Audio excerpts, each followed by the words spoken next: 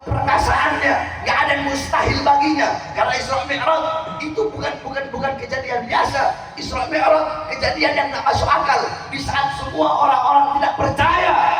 Sayyidina Abu Bakar As-Siddiq berkata, jangankan Muhammad berkata baru pergi dari Makkah ke Aqsa, dari Aqsa balik lagi ke Makkah, jangankan berkata seperti itu, andaikan dia bercerita lebih dari itu, tetap aku akan percaya kepadanya. Makanya karena itulah Sayyidina Abu Bakar diberi gelar As-Siddiq. Jadi As-Siddiq itu nisbatnya dari itu, karena beliau orang yang pertama kali percaya dengan Isra Mi'raj Nabi Muhammad SAW. Nah, jadi makanya Allah pakai kalimat subhan. Paham?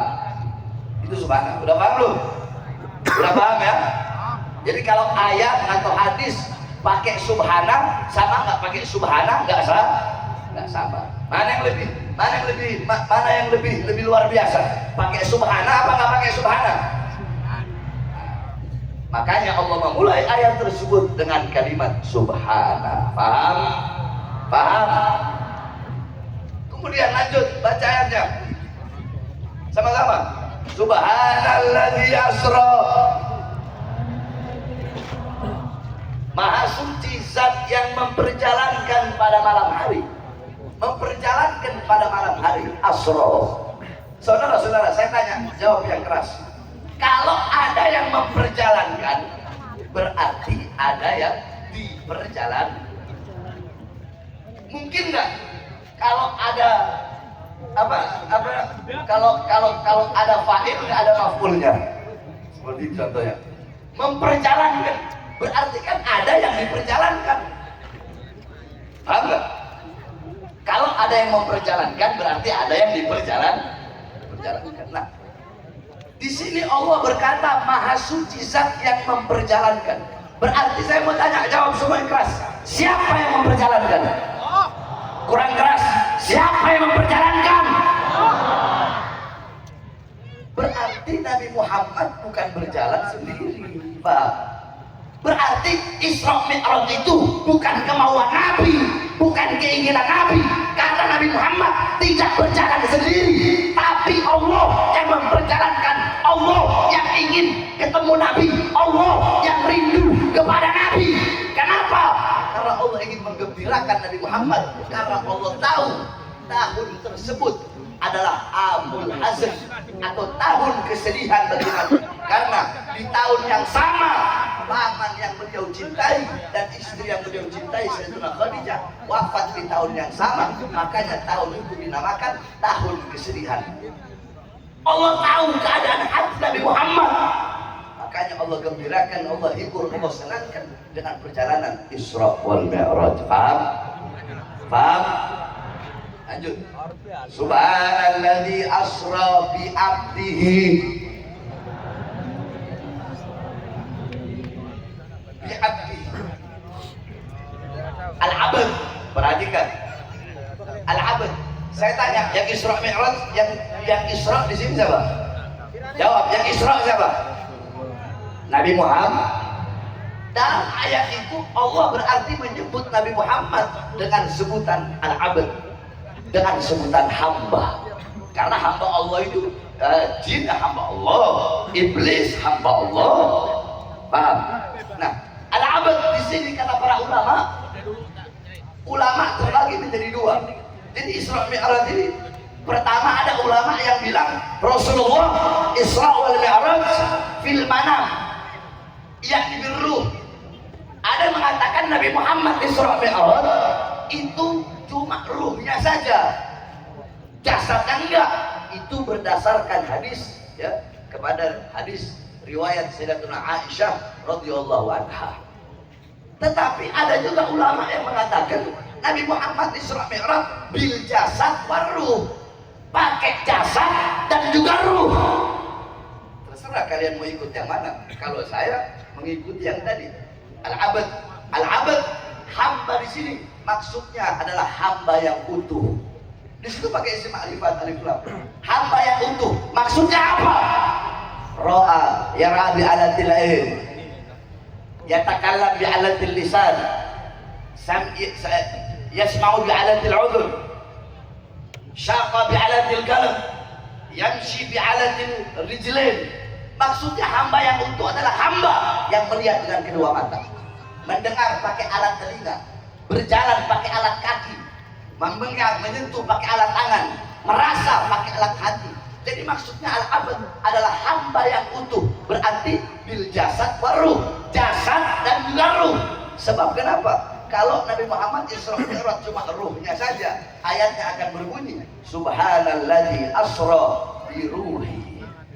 Sebaliknya, kalau Nabi Muhammad Isra Mi'raj cuma jasad tanpa ruh, subhanalladzi asra bi mayyiti, mayat, jasad tanpa ruh.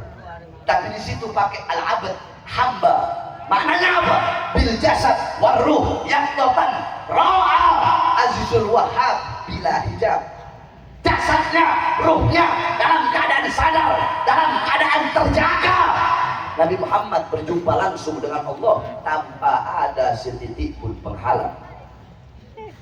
Sampai-sampai kalian tahu, ulama itu debat mana yang lebih mulia, sendalnya Nabi Muhammad ataukah malaikat Jibril alaihissalam. Jibril tidak bisa langsung berjumpa dengan Allah, tapi Nabi Muhammad bahkan sendalnya telah berjumpa dengan Allah Subhanahu wa ta'ala. Kenapa sendal itu menjadi mulia? Padahal sendal itu hanyalah kulit biasa. Saudara-saudara, alam taro jildal hakira muqabbalan bisagafi lamma ansara jildal mushafi. Tidak pernahkah kalian melihat, mendengar, tidak pernahkah kalian tahu kulit-kulit yang tidak berharga, kulit-kulit yang tidak bernilai, kulit-kulit itu dicium oleh mulut-mulut ketika kulit itu menjadi sampul ayat suci Al-Quran. Saya kasih contoh. Saya potong kambing 1 ekor, saya ambil kulitnya. Kemudian kulit kambing ini saya bagi 2. Ini kulit sama nggak? Jawab, sama nggak? Sama nggak? Dari hewan yang sama nggak? Sama nggak? Nah, kulit yang ini saya bikin dompet. Boleh nggak saya buang? Boleh nggak? Saya bakar. Apakah menyentuhnya harus pakai wudu? Boleh nggak saya buang? Saya sepelekan, saya lempar. Yang ini saya jadikan sampul ayat suci Al-Quran. Boleh menyentuhnya nggak pakai wudu? Boleh. Menyentuhnya harus pakai wudu. Boleh taruh di bawah? Boleh taruh di bawah? Harus taruh tempat yang tinggi. Megangnya harus pakai akhlak, pakai adab. Sama nggak kulitnya? Kulitnya sama, tapi kenapa yang satu menjadi mulia, menjadi agung? Karena bercampur dengan sesuatu yang mulia. Apa itu? Ayat Quran. Nah, sendalnya Nabi memang kulit biasa, tapi kulit itu menjadi mulia. Kenapa? Karena menyatu dan menempel dengan kaki yang mulia, itu kaki baginda Nabi besar Muhammad. Bayangkan pakai akal, saudara. Kalau sesuatu yang menempel di kakinya Nabi, ulama mendebatkan mana lebih mulia, dia atau Jibril. Itu sesuatu yang menempel di kakinya Nabi Muhammad. Maka bagaimana dengan darah dagingnya baginda Nabi besar Muhammad? Sebab kan rame baru-baru di Banten tuh, iya kan? Sampai dia bikin debat begitu. Habaib itu nggak ada, anak cucu Rasulullah nggak ada. Saya tanya masyarakat Cilegon, masyarakat Banjarnegara, percaya habaib itu nggak ada? Percaya? Percaya? Terus saya tanya, ada nggak Habib? Ada nggak anak cucu Rasulullah? Ada nggak para sayyid, para sayyidah, para syarif, para syarifah, para habib, para habibah?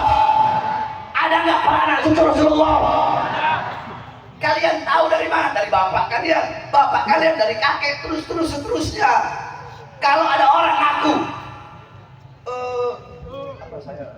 orang Banten, orang Banten, tapi nggak cinta habaib, nggak cinta anak cucu Rasulullah, diragukan kebantenannya, saudara-saudara.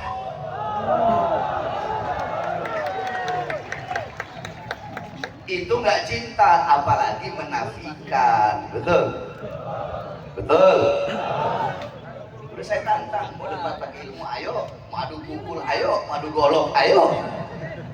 Tapi kalau jawab-jawab kan sampai sekarang. Tapi ya sudahlah, saya nggak mau urusin, nggak mau bahas masalah itu. Terserah kalian mau percaya, mau enggak. Tapi di sini semua masyarakat adalah masyarakat yang cinta kepada para habaib, anak cucu Rasulullah SAW. Sampai mana tadi? Bukan bi'abdihi. Lanjut. Bismillahirrahmanirrahim. Subhanalladzi asra bi'abdihi lailan. Ayo sini santri, banyak santri. Lailan isim apa? Ma'rifat apa nakirah? Jawab santri yang keras. Isim ma'rifat apa isim nakirah? Tandanya apa? Loh, ya kenapa di sini kok pakai nakirah ya?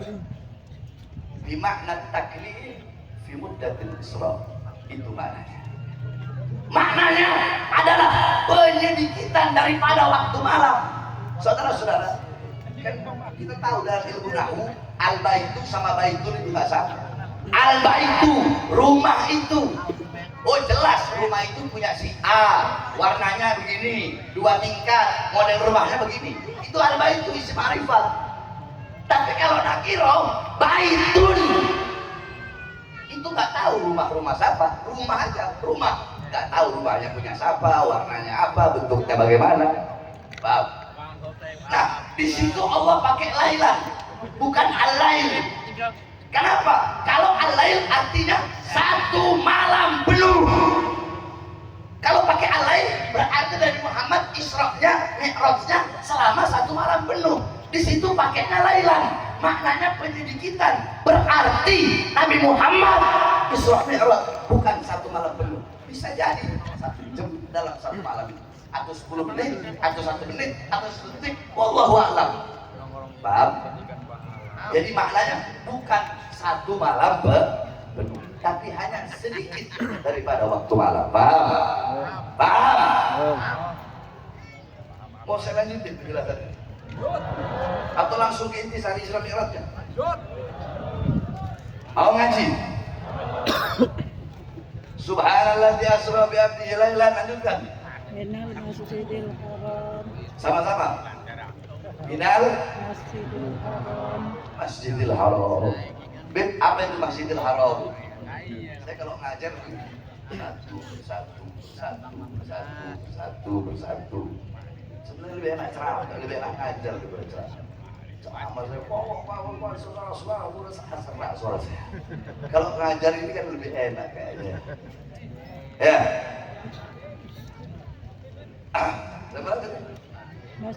Minal Masjidil Haram. Qala Rasul sallallahu alaihi wasallam, salatun fi masjidi hadza afdal min alfi salatin fi ma siwahu. Kata Rasulullah, salat di masjidku ini, Masjid Nabawi, lebih utama daripada 1000 kali salat di masjid yang lain. Kalau kalian sholat di masjid sini semua sholat maghrib, nah 1 kali maghribnya kalian itu sama seperti 1000 kali maghrib kalau kalian sholatnya di Masjid Nabawi. Illa, kecuali Masjidil Haram. Sholatun fi Masjidil Haram afdal min mi'ati alfi sholatin fi ma siwahu. Sholat di Masjidil Haram lebih utama, lebih mulia daripada 100.000 kali sholat dibandingkan masjid-masjid yang lain. 100.000 kali. Jadi kalau Masjid Nabawi 1000 kali. Kalau Masjid Nabawi berarti kalian sholat maghrib di sini 1 kali. Kali apa? Sholat di sini maghrib 1 kali. Kalau dibandingkan sholat di Masjidil Haram sama seperti 100.000 kali maghrib sholat di Masjidil Haram. Saya tanya, luar biasa kan? Begitu mulia, begitu utama Masjidil Haram. Terus minal Masjidil Haram ilal Masjidil Aqsa. Masjidil Aqsa, qala Rasul sallallahu alaihi wasallam, la tushaddur rihal illa ila thalatha masajid, masjidil hada wa masjidil haram wa masjidil aqsa. Tidak ada bepergian yang lebih utama selain pergi ketika masjidku ini, yaitu Masjid Nabawi, wa Masjidil Haram, dan Masjidil Haram, wa Masjidil Aqsa, dan Masjidil Aqsa Al-Quds yang ada di Palestina, saudara-saudara. Nah, saudara-saudara, intisari daripada Isra wal Mi'raj, Allah mengundang Nabi Muhammad dengan perjalanan Isra wal Mi'raj. Untuk apa? Untuk menerima suatu perintah yang mulia, satu perintah yang agung, satu perintah yang suci, satu perintah yang dimana ketika Allah memerintahkan perintah-perintah yang lain cukup melalui Quran. Saya tanya, Allah perintahkan haji melalui apa? Allah perintahkan puasa melalui apa? Allah perintahkan sedekah melalui apa? Allah perintahkan zakat melalui apa? Al-Quran. Perintah-perintah yang lain cukup melalui Quran, tapi perintah yang satu ini tidak cukup melalui Quran. Allah undang langsung Nabi Muhammad untuk menerima perintah tersebut karena begitu utama dan begitu mulia perintah tersebut. Apa perintah itu? Perintah itu adalah sholat. Oleh karenanya saya wasiatkan kepada kalian semua, jaga kau punya sholat. Sholat adalah tiang agamamu. Kalau sholatmu baik, baik agamamu. Sempurna sholatmu, sempurna agamamu. Tapi kalau sholatmu rusak, sholatmu buruk, maka engkau telah merobohkan fondasi-fondasi dan tiang-tiang agamamu. Saudara-saudara, as-sholatu ra'sul ibadah. Sholat kepalanya ibadah, mukhul ibadah, otaknya ibadah, pemimpinnya ibadah. Itu adalah sholat. Amal-amal ibadah kalian yang lain, mereka cuma muntabik, mereka cuma pengikut, pemimpinnya adalah sholat. Itu amal ibadah kalian semuanya tergantung sholat kalian. Kalau sholat kalian baik, baik seluruh amal ibadah kalian. Kalau sholat kalian buruk, maka buruk seluruh amal ibadah kalian. Kalau sholat kalian sempurna, sempurna seluruh amal ibadah kalian. Kalau sholat kalian rusak, maka rusak juga seluruh amal ibadah kalian. Idza taghayyara ar-ru'us taghayyara al-mar'us. Kalau pemimpin rusak, yang dipimpin pun akan rusak. Sedangkan pemimpin daripada amal ibadah itu adalah sholat. Maka jaga betul-betul engkau punya sholat. Beb, saya nggak bisa sholat di masjid, nggak bisa sholat di masjid, engkau pergi sholat di rumah. Nggak bisa, Habib, saya nggak bisa sholat jamaah, nggak bisa sholat jamaah, engkau sholat sendiri. Beb, saya nggak bisa sholat sakit, nggak bisa sholat berdiri, nggak bisa sholat berdiri, sholat duduk, nggak bisa duduk, sholat tidur, nggak bisa sholat tidur, pakai isyarah. Beb, saya nggak bisa sholat awal waktu, nggak bisa awal waktu, sholat tengah waktu. Beb, nggak bisa tengah waktu, nggak bisa tengah waktu, sholat akhir waktu. Yang penting jangan pernah engkau tinggalkan itu sholat. Itu wasiat saya dan intisari daripada Isra wal Mi'raj. Terakhir, saudara-saudara. Iya terakhir. Tadi sakit, agak siap saya. Saya baru sampai dari bandara langsung kemari. Saya tadi dari bandara langsung kemari. Jadwal saya penuh sampai 2027 dikeliling. Karena saya cinta masyarakat Banten, saya cinta masyarakat Cilegon, masyarakat Banjarnegara, makanya saya hadir pada malam hari. Nah, saudara-saudara, terakhir, udah paham ya Isra Mi'raj ya? Udah paham ya? Itu sedikit tapi insya Allah kalian dapat manfaat yang banyak. Udah paham? Paham? Paham? Terakhir, saudara-saudara, ini tahun-tahun politik, betul? Betul. Politik lagi, oh saya. Lanjut. Pasca pres lagi. Lanjut.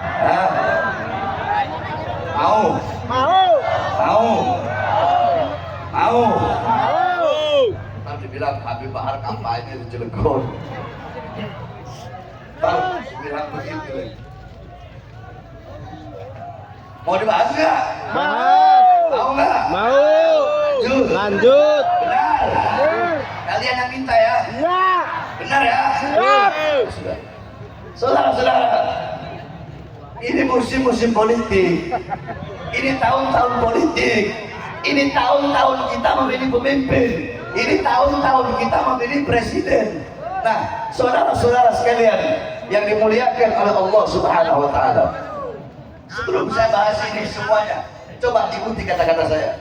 Karena perkataan ini Makalah ini berkaitan dengan pemilihan pemimpin. Semuanya ikuti saya. Bismillahirrahmanirrahim. Bismillahirrahmanirrahim. Qala Nabiullah Adam alaihi salam, idza aradtum an fi'la syai'in faqaddimu thalathata asya fa ihda min thalatha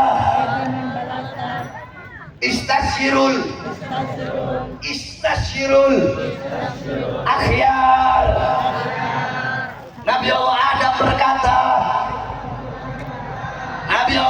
berkata,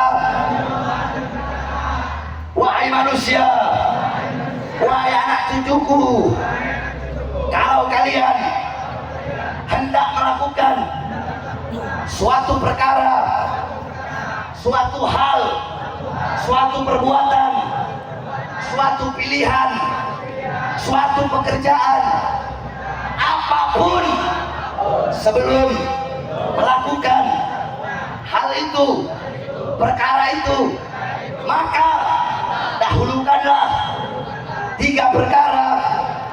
1 dari 3 perkara itu hendaknya kalian bermusyawarah, minta pendapat, minta pandangan, minta nasihat dari orang-orang soleh, para ulama.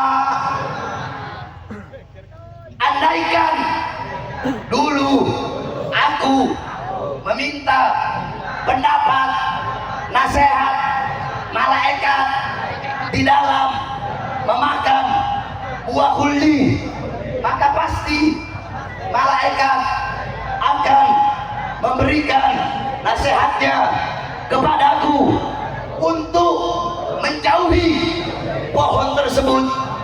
Sayangnya dulu aku tidak meminta pendapat dari para malaikat. Ini baru ngaji, paham? Jadi Nabi Adam mengajarkan kepada kita, kalau mau melakukan apapun, hal apapun, perbuatan apapun, jangan sendiri-sendiri, jangan langsung pengen kita, kemauan kita sendiri, jangan. Dahulukan dulu 3 perkara.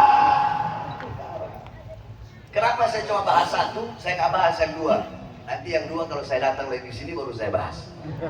Sisanya. Nah, apa 1 perkara? 3 apa?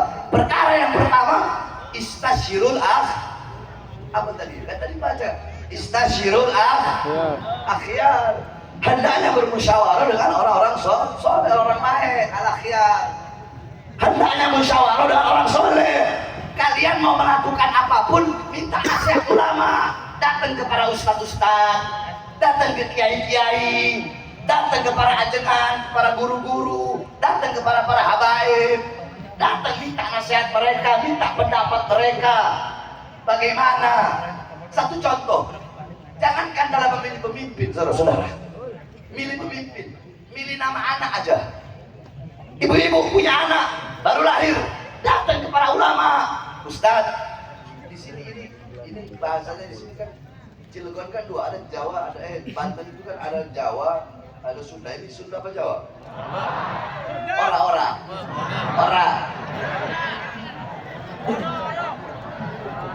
Sampai mana tadi saya?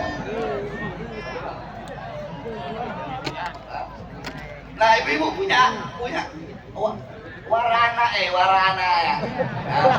Lahir kau punya anak, lahir ini. Datang ke ulama, datang ke Ustaz Kiai, Ustaz Inyong.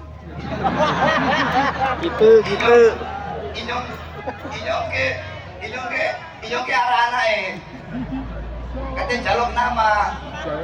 Mau minta nama Ustaz. Nama yang bagus apa? Nama yang baik apa? Para ulama itu mereka akan bilang para kiai itu, para ustaz, berikan bahasa Jawa saya nggak ngerti. Berikan nama kalau punya anak 1 yang pakai abad, Abdurrahman, Abdullah, Abdurrahim, Abdul Malik, Abdul Aziz, Abdul apa lagi? Pokoknya yang pakai abad itu hukumnya sunnah. Terus Kiai nanti bilang, kasih nama anak kamu dengan nama-nama para nabi dan rasul. Ini juga sunnah. Adam, Idris, Nuh, Soleh, Ibrahim, Musa, Zakaria, Yahya, Isa dan lain-lainnya. Sunnah memberi nama anak kamu dengan nama-nama para sahabat. Dengan nama Nabi Muhammad. Sebagaimana hadis, tasammau bi ismi, bernamalah dengan namaku, kata Nabi. Siapa nama Nabi Muhammad? Muhammad, Ahmad, Toha, Mustafa, Mujtaba, Murtaba, kemudian Yasin dan lain-lainnya. Beri sunnah, beri nama anak-anak kalian dengan nama para sahabat Abu Bakar, Umar, Utsman, Ali, Usama, Zaid, Khalid. Sunnah kasih nama anak dengan nama-nama ulama orang soleh, para imam, para sufi. Ghazali, Syabla, Abdul Qadir Jailani, Syadili, Satiri, Tijani, Hanafi, Maliki, Syafi'i, Hambali, Suyuti dan lain-lainnya. Itu hukumnya sunnah yang berarti baik, maknanya baik. Alwi, Ahmad, Hasan, Husain, Salim dan lain-lainnya. Makruh, kata Kiai, makruh. Ibu ngasih nama anak dengan nama-nama orang fasik. Alek, Joni, Tommy, Hengki. Itu hukumnya makruh. Haram memberi nama anak dengan nama-nama dewa. Lata, Musa, nama dewa, nama dewi, nama berhala, itu hukumnya haram. Rama, Krishna, Sinta, Wisnu. Ayo saya tanya, jawab yang keras. Di Indonesia yang paling banyak nama anak-anak perempuan, yang paling banyak nama Sinta, Hindu apa orang Islam yang paling banyak? Siapa yang paling banyak? Islam. Anak-anak Islam yang lebih banyak namanya. Ayo saya tanya, putra-putra Islam di Indonesia banyak nggak yang namanya Rama?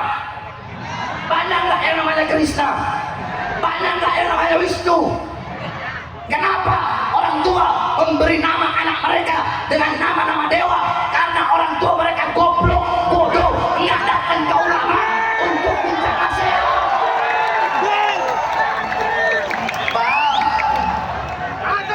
Saudara, itu dalam hal kecil kasih nama anak harus minta pendapat ulama, minta nasihat ulama.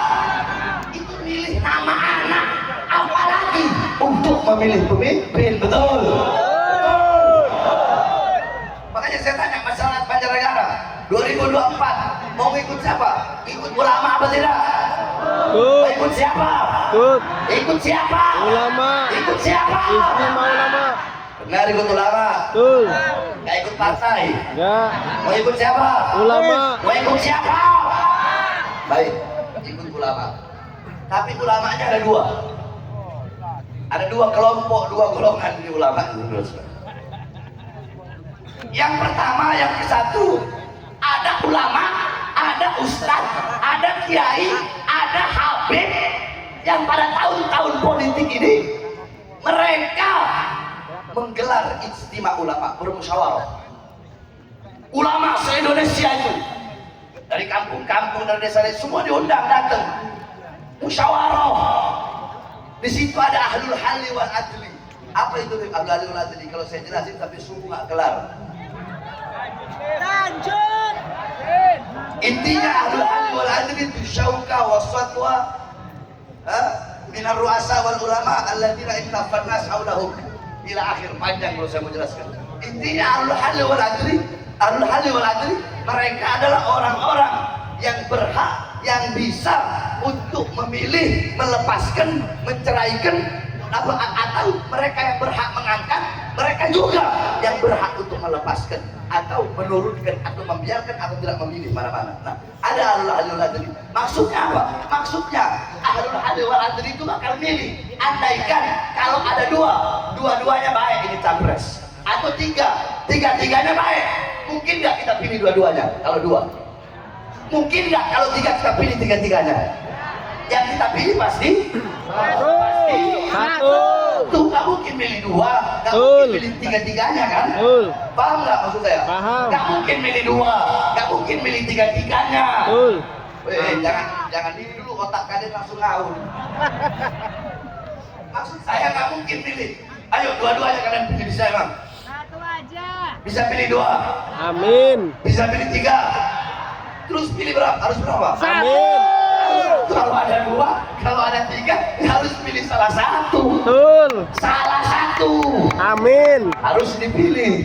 Terus kalau dua-duanya baik, kalau tiga-tiganya baik, bagaimana, Beb? Pilih satu. Para ahlul halli wal adli akan memilih yang paling baik, yang paling bagus, yang paling banyak bisa memberikan manfaat kepada bangsa dan rakyat Indonesia. Itu. Nah, terus itu kan kalau baik. Nah, gimana kalau dua-duanya bangsat? Atau tiga-tiganya bangsat? Habib ngomongnya kotor bangsat. Ya kalau nggak mau jangan undang saya. Gampang. Saya memang begini orangnya, saudara-saudara. Nggak ada sih munafik-munafikan kayak Lanjut, Bib, lanjut. Munafik tapi jadi penjilat-penjilat. Betul.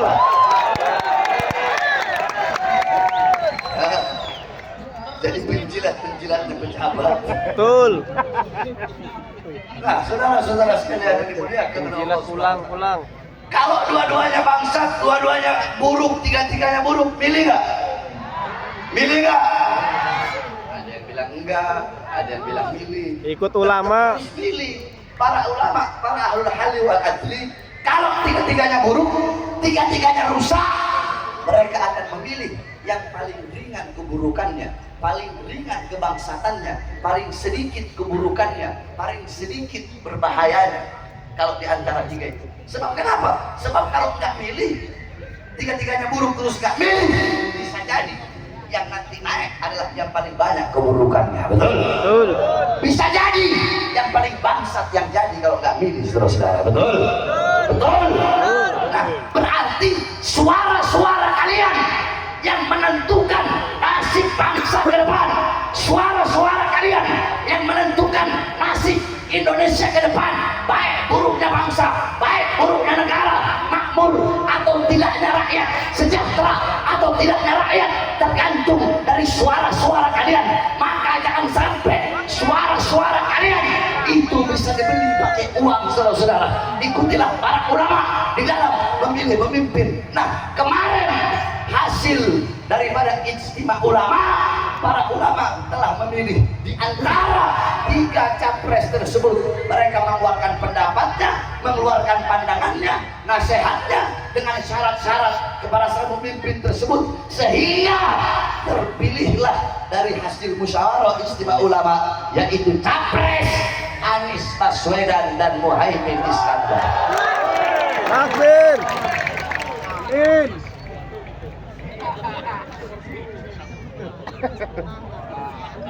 Dulu kalian jangan senang dulu, tenang aja. Saudara-saudara, saya dari 6 bulan lalu itu udah ceramah keliling Indonesia.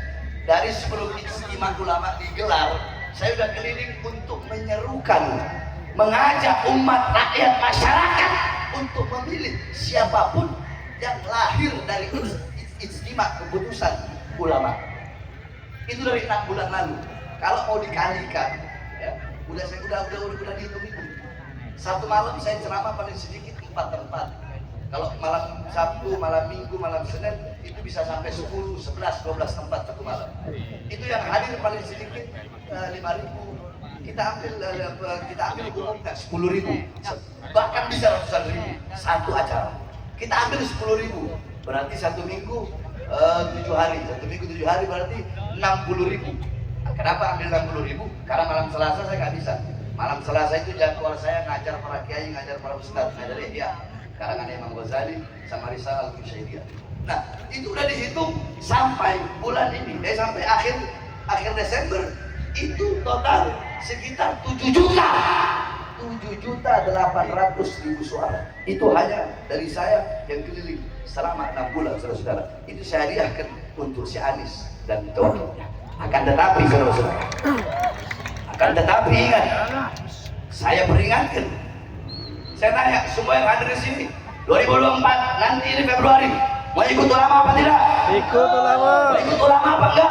Ikut. Mau ikut ulama apa enggak? Ikut. Berarti mau pilih siapa? Amin. Pilih siapa? Amin. Mau pilih siapa? Amin. Kita sampaikan, wahai Anies Baswedan, kami akan memilihmu, kami akan mendukungmu untuk jadi presiden. Tapi ingat, kalau nanti engkau jadi presiden dan wakil presidenmu mengkhianati rakyat, mengkhianati bangsa, mengkhianati Islam, mengkhianati agama, demi Allah, saya Pak bin Smith orang pertama yang akan melawan mereka yang terus. Allahu Akbar. Allahu Akbar. Saya tanya, kalau itu adil nggak? Adil. Adil nggak? Adil nggak? Iya. Jadi orang itu jangan fanatik buta. Fanatik buta itu pinter ngomong, tapi nutup mata, nutup telinga. Itu orang goblok namanya. Betul. Bang tolol. Jadi kalau salah ya tetap salah. Salah. Tetap salah walaupun kawan, walaupun sejalan. Kalau dia salah ya salah. Salah yang kita lawan. Nggak adil yang kita sikat. Kurang ajar yang kita sikat. Betul. Betul. Nah, saudara-saudara sekalian, kenapa saya sampaikan ini? Saya sampaikan ini karena saya perhatikan dari dulu sampai sekarang itu, ya, para pejabat-pejabat itu yang pakai dasi itu, mereka para pejabat-pejabat, ya, mau calon presiden ke, mau gubernur ke, mau dewan ke, mau wali kota ke, mau bupati ke, mau apa lagi di bawahnya, camat, lurah, kepala desa, mereka kebanyakan para pejabat butuh sama rakyat kalau ada maunya doang.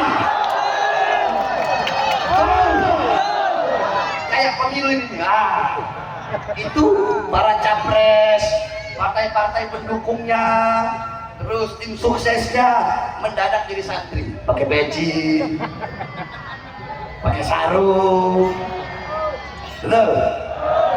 Biasanya kalau pidato nggak bawa ayat Quran, ini bawa ayat Quran walaupun salah-salah. Betul, betul. Banyak kayak begitu. Ada lagi jadi bintang iklan wudhu. Yang perempuan, ya, istri-istri mereka mendadak mak banteng pakai jilbab mak banteng.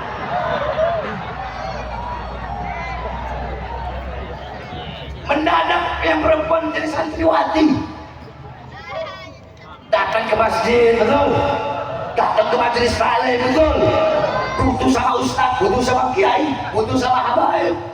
Mereka ini pejabat-pejabat biadab ini yang suka ingkar janji sama rakyat, ya, yang suka berikan janji palsu. Saya berjanji kalau saya jadi presiden, kalau saya jadi dewan, saya jadi gubernur, saya tidak bakal makan gaji saya.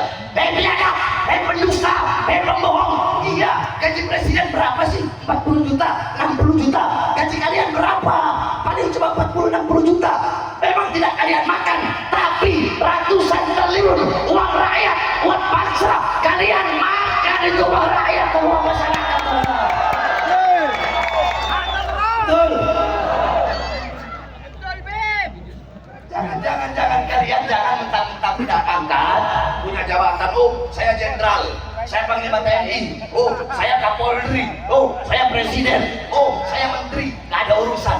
Hei, jangan bangga dengan pangkat kalian, jangan bangga dengan jabatan kalian, karena pangkat dan jabatan kalian dari kami rakyat. Saya tanya, jawab yang keras, masyarakat Banjarnegara.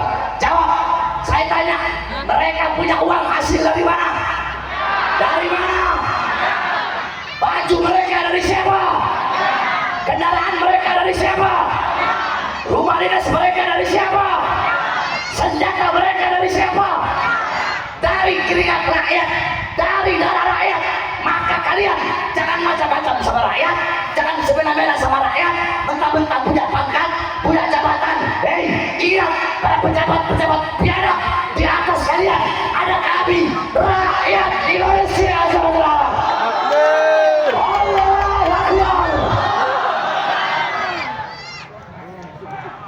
Presiden bisa presiden, tapi di atas presiden ada rakyat. Ya.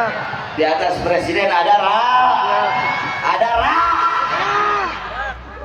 Makanya kalau saya itu lebih memilih jadi pelayan rakyat daripada pelayan presiden. Sebab banyak Ustadz Kiai Habib jadi pelayan presiden. Banyak nggak? Banyak nggak? Udah nggak usah munafik-munafikan, ngomong aja banyak itu. Jangankan pelayan presiden, Jadi pelayan wali kota aja banyak di Cilegon. Betul. Betul. Saya lihat. Tapi wali kota Cilegon ini subhanallah Pak Hendy luar biasa. Kakak saya, abang saya, mudah-mudahan banyak umur. Itu wali kota akhirat saya manggilnya, wali kota akhirat. Makanya saya doakan Pak Hendy itu jadi gubernur insyaallah. Nah, sampai mana berita?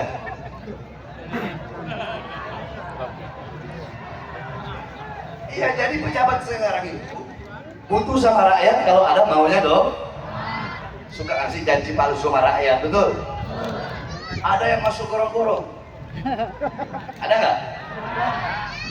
Keluar gorong-gorong jadi presiden. Masuk pasar, keluar pasar jadi presiden. Mukanya polos, otaknya iblis. Banyak gak? Banyak gak? Saya berjanji memakmurkan rakyat, mensejahterakan rakyat.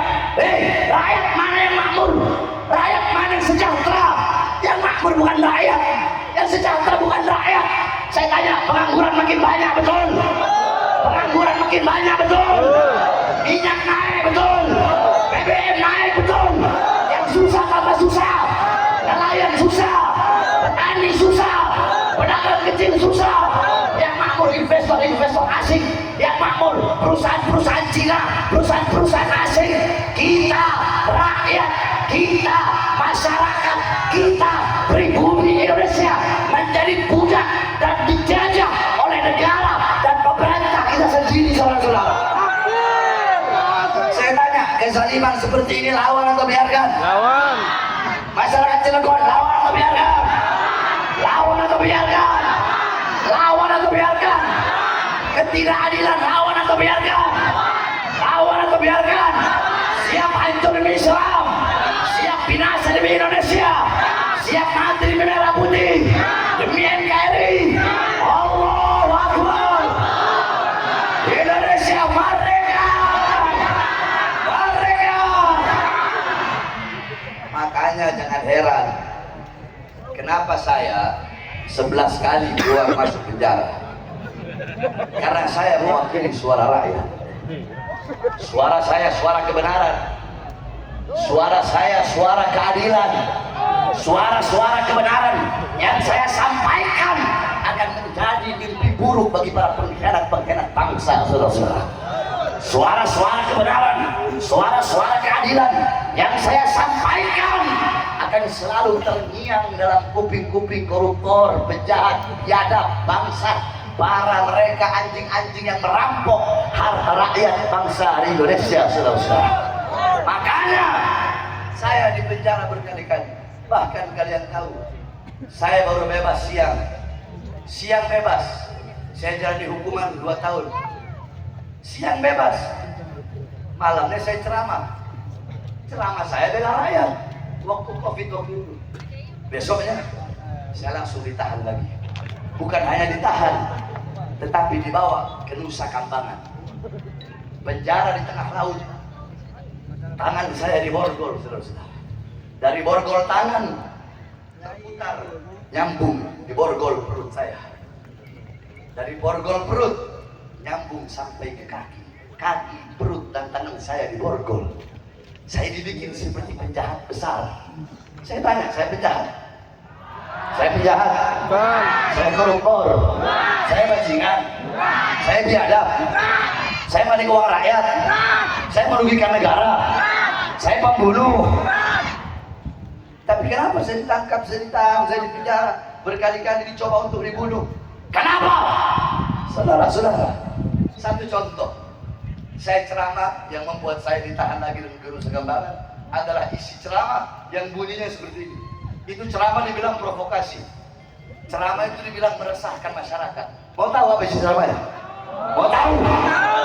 Saya bilang, hei presiden, hei pejabat, hei aparat, di musim corona ini masyarakat kalian kurung dalam rumah, PSBB waktu itu.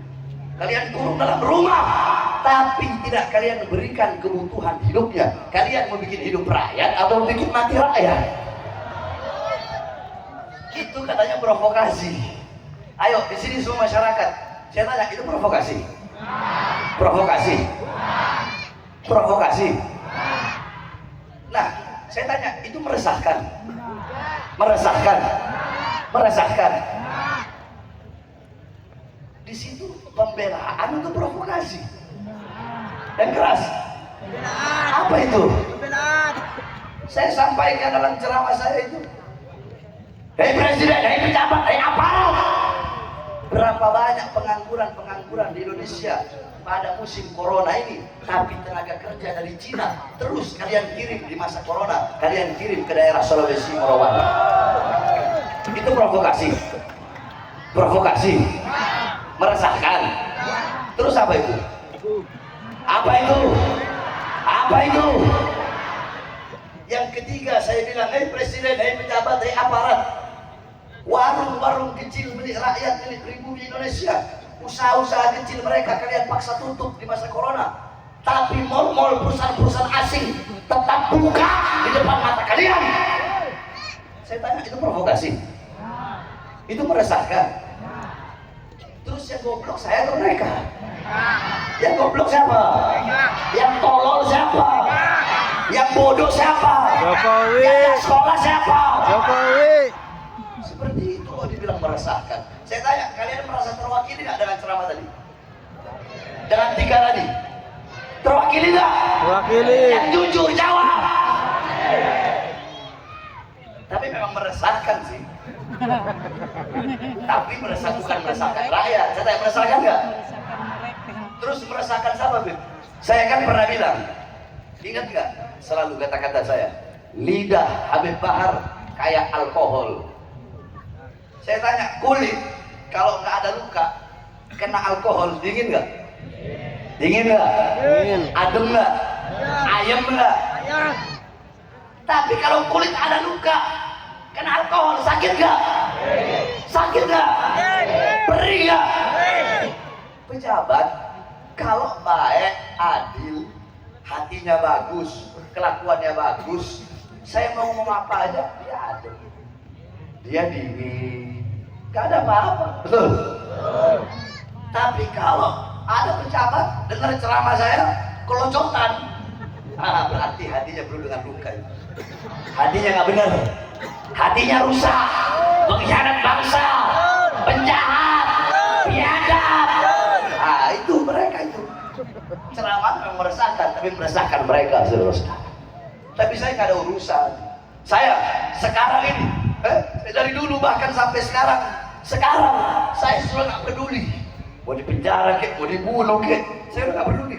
Kenapa? Terlalu banyak saya melihat ketidakadilan di negara kita, saudara. Kita ditindas oleh mereka, kita dijajah secara tidak langsung. Pahlawan zaman dulu lihat gimana Geger Cilegon. Saya tanya, para pahlawan perang Geger Cilegon, perang Serang, perang ini, perang itu, para pahlawan musir siapa? Penjahat. Para pahlawan musir siapa? Penjajah. Pahlawan zaman dulu mereka mengusir penjajah dari Indonesia. Kalau pejabat sekarang mereka mengundang penjajah gaya baru, mereka kalungkan bunga, sedangkan penjajah tersebut merampok kekayaan alam yang ada di tanah Indonesia, saudara-saudara. Contoh Krakatau Steel sekarang bukan punya Indonesia itu, betul? Betul. Makanya itulah bedanya para pahlawan dan para pejabat sekarang. Saya udah nggak peduli.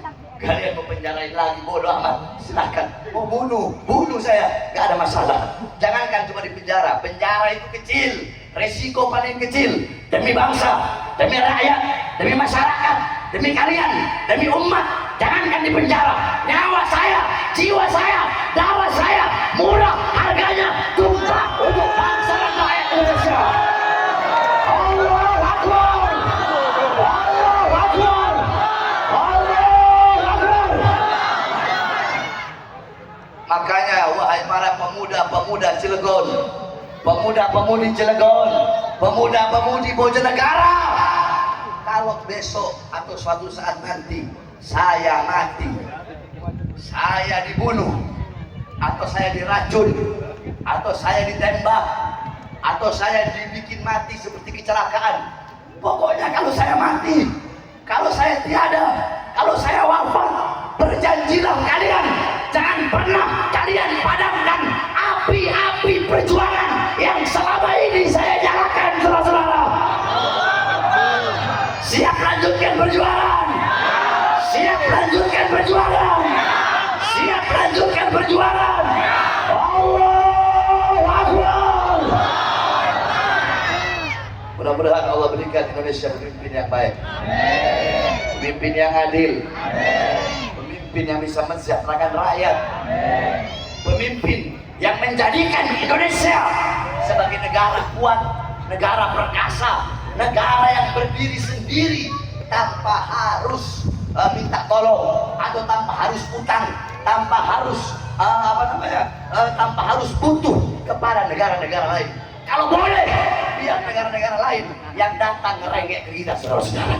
Biar Amerika yang datang rengek-rengek ke Indonesia, biar Cina yang datang merengek-rengek ke Indonesia. Jangan Indonesia yang justru merengek-rengek, bahkan menjadi budak-budak negara lain. Indonesia harus menjadi negara yang kuat, negara yang disegani oleh bangsa-bangsa dan negara-negara yang lain, saudara-saudara. Nah, itu semua tergantung dari suara-suara kalian. Maka saya tanya semuanya, sekali lagi, hadirin yang hadir pada malam hari ini, masyarakat Cilegon 2024 tahun ini, mau ikut siapa? Ulama. Mau ikut siapa? Ulama. Mau ikut siapa? Ulama. Mau ikut siapa? Ulama. Berarti pilih siapa? Satu. Pilih siapa? Amin. Pilih siapa? Amin. Mudah-mudahan Allah berikan kemenangan. Terus kalau Habib gimana? Kalau saya golput. Jangan ketawa dia.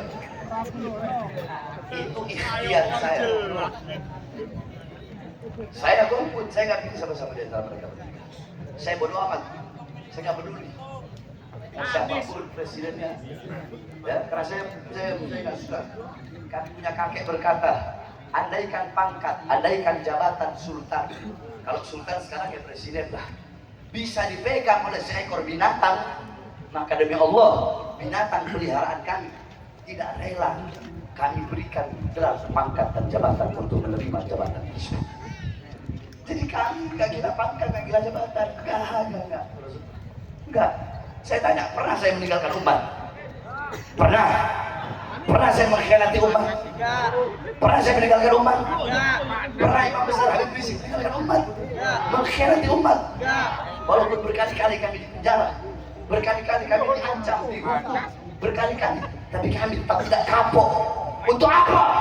Untuk membela kalian, saudara-saudara. Nah, kali ini untuk masa depan bangsa, untuk masa depan negara, suara-suara kalian yang menentukan.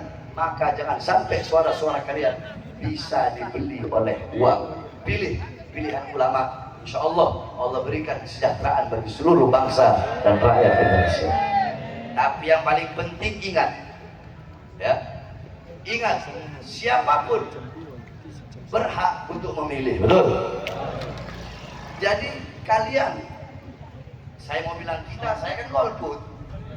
Bagaimana ya? Pokoknya saya menyerukan, saya mengajak kalian untuk memilih capres pilihan istimewa ulama. Itu udah kewajiban saya. Walaupun saya nggak ngelakuinnya, paham nggak kalian? Tapi kalian haram, nggak boleh, jangan golput. Sebab kalau kalian golput bisa jadi nanti yang jadi presiden adalah yang terburuk, adalah yang terbangsat dari ketiga capres tersebut. Para ulama nggak bakal salah, mudah-mudahan insya Allah saudara. Kalau nggak curang, insya Allah Allah berikan kemenangan. Amin amin ya rabbal. Yang penting jangan, oh saya pilih 01 terus mau menghina, mencaci yang memilih 02 atau 03, itu nggak boleh. Yang 03 mencaci memaki yang milih 02 01. Sebaliknya yang 02 menghina, mencaci memaki yang milih 03 01. Nggak boleh. Kita semua bangsa Indonesia, kita yang seragama, kita bersatu dengan keislaman. Yang beda agama, kita bersatu dalam satu NKRI. Mau siapapun, kita tidak boleh berantem, tidak boleh saling menghina, tidak boleh saling mencaci, tidak boleh saling memaki. apalagi saling mengkafirkan. Oh, kamu kalau pilih ini kafir kamu. Kamu kalau nggak pilih 01 kamu kafir. Kamu kalau nggak pilih 02 kamu kafir. Kamu kalau nggak pilih 03 kamu kafir. Nggak boleh seperti itu. Jadi kita tetap harus bersatu agar Allah berikan kesejahteraan dan kemakmuran. Amin ya rabbal. Contoh nih Om Paulus. Ini Om Paulus Prabowo. Gak percaya tanya Om Paulus apa? Prabowo kan? Prabowo. Tapi dekat dengan saya Om Paulus. Kemarin beliau dari pesantren saya. Dekat dengan saya. Saya menyerukan umat untuk pilih 01. Sahabat dekat saya udah saya anggap kayak abang saya sendiri, pilihnya 02. Ini orang Prabowo. Tapi kami tetap berpelukan. Bener gak Om Paulus? Terus Om Paulus ini lagi nyalon dewan, mudah-mudahan jadi. Mudah-mudahan jadi. Loh Beb, namanya kenapa Paulus Beb? Jadi dulu beliau ini Nasrani. Terus beliau masuk Islam. Jadi jangan nanti lihat ada kertas caleg Paulus, wah ini Kristen, nggak usah bilang, bukan Muslim ini. Ini Muslim dan insya Allah orangnya baik. Insya Allah orangnya baik. Andai kan jadi dewan terus nggak baik, kita lempari batu sama-sama. Betul. Betul. Betul. Itu satu contoh. Tadi saya di jalan telepon Om Paulus. Saya di jalan mau ceramah ke Cilegon. Om Paulus datang ya? Iya, memang sudah niatkan mau datang siapa? Om Paulus datang. Saya nyerukan umat, ngajak umat pilih Anies. Ini Prabowo. Tapi kami nggak saling bermusuhan. Kami saling berpelukan. Jadi jangan hanya gara-gara beda pilihan, jangan hanya gara-gara beda bendera, terus kita mau saling menghina, mencaci, memaki, dan saling bermusuhan. Paham? Paham? Paham? Mudah-mudahan Indonesia menjadi negara yang makmur, sejahtera, baldatun, thayyibatun, wa rabbun ghafur. Amin amin ya rabbal. Sebelum saya tutup, saudara-saudara.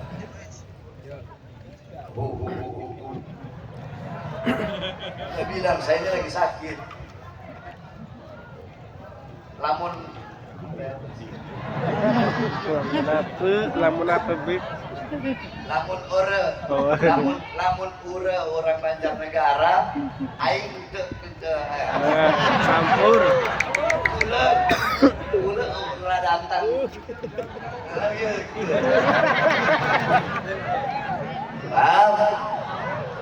Insyaallah ya, yang sedikit ini mendapatkan manfaat. Nah, sebelum saya tutup, saya ini lagi masih bangun pesantren. Pesantren saya gratis, nggak bayar. Kenapa? Karena saya lihat banyak pondok-pondok pesantren bayar masuk sekian puluh juta, tiap bulan sekian juta.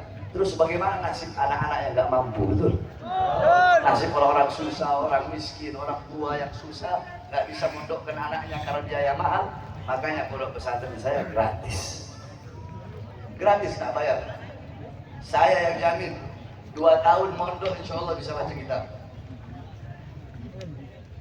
7 tahun itu dia udah sampai kitab Al-Umnya Imam Syafi'i. Tapi harus melalui ini dulu kayak Al-Wajiz, Al-Wasid, Imam Ghazali itu terus sampai ke dalam urusan fikih atau lain-lain. Dan banyak, ada 32 mata pelajaran pesantren kami. Dan pesantren saya salaf, nggak ada sekolah umum, murni salaf. Nah, dan pesantren saya haram jada terima bantuan dari pejabat dan pemerintah, saudara-saudara. Kenapa? Banyak Ustadz Kiai Habib sekarang itu orang Banjarnegara ngomong, Ustadz Kiai Habib, anak pejabat, ada pejabat, anak itu anak kan. Anak pejabat, pokoknya gini aja. Ada pejabat korupsi, biadab, kurang ajar. Ustadz Kiai Habib, kenapa nggak ditegur? Jawab sama Ustadz ini, Kiai Habib. Orang enak gue yang mau negur. Kemarin habis dikasih uang 100 juta. Banyak nggak begitu? Banyak nggak? Banyak nggak? Makanya saya mau terima bantuan dari pejabat. Dan saya tidak terikat dengan politik manapun, partai manapun. Makanya saya bebas mau ngomong apa aja, terserah saya. Saya bebas, sesuka hati saya mau ngomong apapun. Karena suara saya itu suara kalian, suara rakyat, suara kebenaran, dan suara keadilan. Nah, Makanya saya minta kepada malam hari ini kepada seluruh masyarakat yang hadir. Ibu-ibu saya tanya, ibu-ibu beli bedak berapa bedanya? Berapa? 200.000. Standar 200. Berapa? 100. Ah, udah 100. Saya tanya, bedak itu hancur nggak? Binasa nggak? Sesaat nggak? Untuk sesuatu yang hancur, untuk sesuatu yang binasa, kalian rela mengeluarkan ratusan ribu bahkan jutaan. Kenapa untuk sesuatu yang abadi, yang kekal, kalian tidak rela mengeluarkan? Apa itu? Untuk akhir. Mau saya tanya, semua yang hadir di sini pada malam hari ini, siap keluarkan hartanya? Siap keluarkan harta? Siap. Nanti panitia Malaskar gelar sorban dari ujung sampai ujung. Yang punya flash, nyalakan flash HP-nya. Saya tanya masyarakat Banjarnegara, itu di belakang ada bendera PHB Serang, PHB Cilegon. Saya tanya, apal nggak Mars Pembela Rasulullah? Hafal. Apal. Siap bawakan sama-sama. Siap nyanyikan sama-sama. Nyalakan flash HP-nya semua. Sampai belakang, ayo yang belakang. Yang di atas sana itu, dekat apa itu? Nyalakan flash HP semuanya. Ayo yang semangat, ada Hadro. Hadro main yang cepat. Semuanya yang keras. Prajurit pembela Rasulullah, bangkitlah untuk agama. Ayo kibarkan benderanya, nyalakan flashnya. Satukan diri, satukan jiwa. Musuh di depan mata, lawan dia sampai berdarah. Agama dan negara tercinta, murah gaya.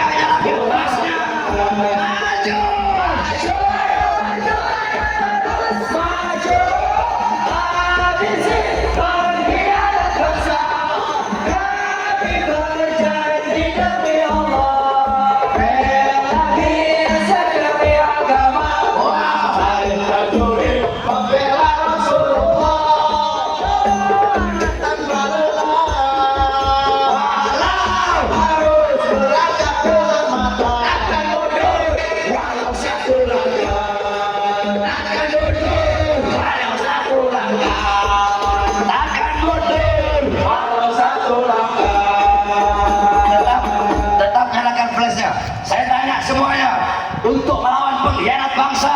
Maju atau mundur? Maju. Maju atau mundur? Maju atau mundur? Siap lawan pengkhianat bangsa. Siap lawan koruptor. Siap lawan kezaliman. Siap hancur demi Islam. Siap hancur demi NKRI. Allahu Akbar. Indonesia merdeka. Merdeka. Allahu Akbar. Hari Kamis 25 Januari 2024. Saya tanya masyarakat Cilegon, nanti presiden milih siapa? Anies. Pilih siapa? Anies. Akan presiden pilih siapa? Anies. Kamis malam Jumat 25 Januari 2024. Nanti ketika pemilihan presiden, masyarakat Cilegon milih siapa? Anies. Menangkan siapa? Anies. Menangkan. Menangkan. Anies. Allahu Akbar. Allahu Akbar. Sekali lagi saya sampaikan, saya menyerukan dan memerintahkan kepada kalian untuk memilih Anies. Saya nggak lihat Aniesnya, saya nggak lihat partainya yang ada di belakangnya, enggak. Yang saya lihat adalah hasil musyawarah dari ijtima ulama, pendapat ulama. Itu yang saya lihat, saudara-saudara. Dan para ulama yang datang, mereka bukan ulama-ulama bayaran, mereka datang dari Indonesia untuk ikut ijtima ulama, bayar tiket sendiri, makan, beli sendiri, makan sendiri, nginep di hotel sendiri. Ada lagi kelompok golongan yang ulama yang satu lagi, mereka yang dibayar sama capres. Ayo dong, serukan umat untuk pilih saya. Mereka yang dibayar, tetapi kami yang mengeluarkan keringat kami keluarkan harta kami, keringat kami, darah kami untuk memenangkan pilihan capres pilihan dari mana? Ijtima ulama, yaitu siapa? Anies. Siapa? Anies. Siap menangkan? Sekali lagi, saya suruh pilih dia bukan karena dia habisnya partai kita, karena kita ikut pendapat Ulama. ijtima ulama. Jadi walaupun berbeda pilihan, ada ulama yang mau pilih 02, 03, silahkan. Karena 02 juga ada ulamanya, 03 juga ada ulamanya. Saya tanya di sini semua masyarakatnya, mau pilih mana? 01, 02, 03? Satu. Pilih siapa? Satu. Pilih siapa? Satu. Pilih siapa? Amin. Cilegon pilih siapa? Satu. Pilih siapa? Allahu Akbar. Allah Akbar. Allahu Akbar. Allah.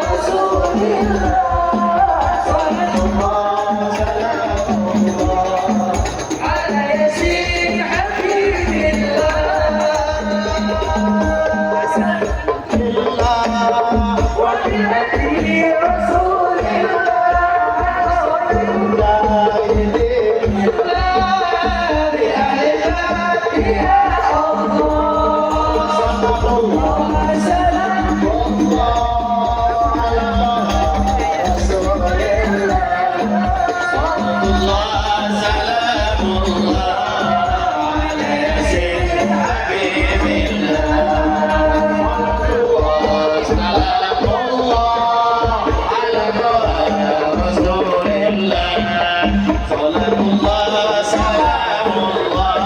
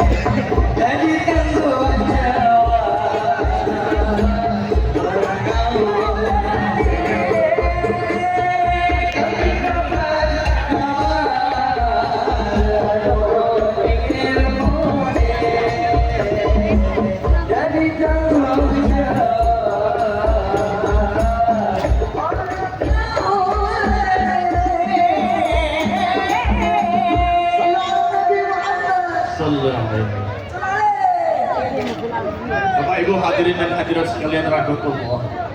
Demikian tadi uraian nikmat peringatan Isra oleh Nabi Muhammad sallallahu alaihi wasallam 1445 Hijriah yang alhamdulillah sudah disampaikan dan diberikan oleh Bibana Habibah Bismit.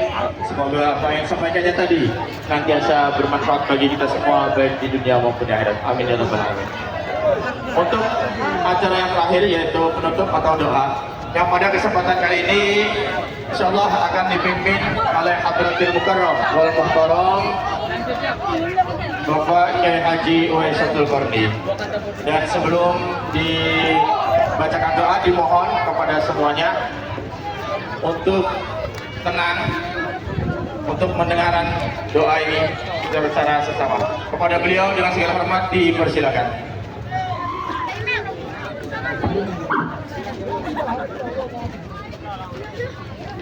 Amin. Allahumma salli ala sayyidina Muhammadin fil awwalin wal akhirin wa barik wa sallim wa radiyallahu tabaraka wa ta'ala qul sahabat wal qarabat wa rasulillah ajma'in.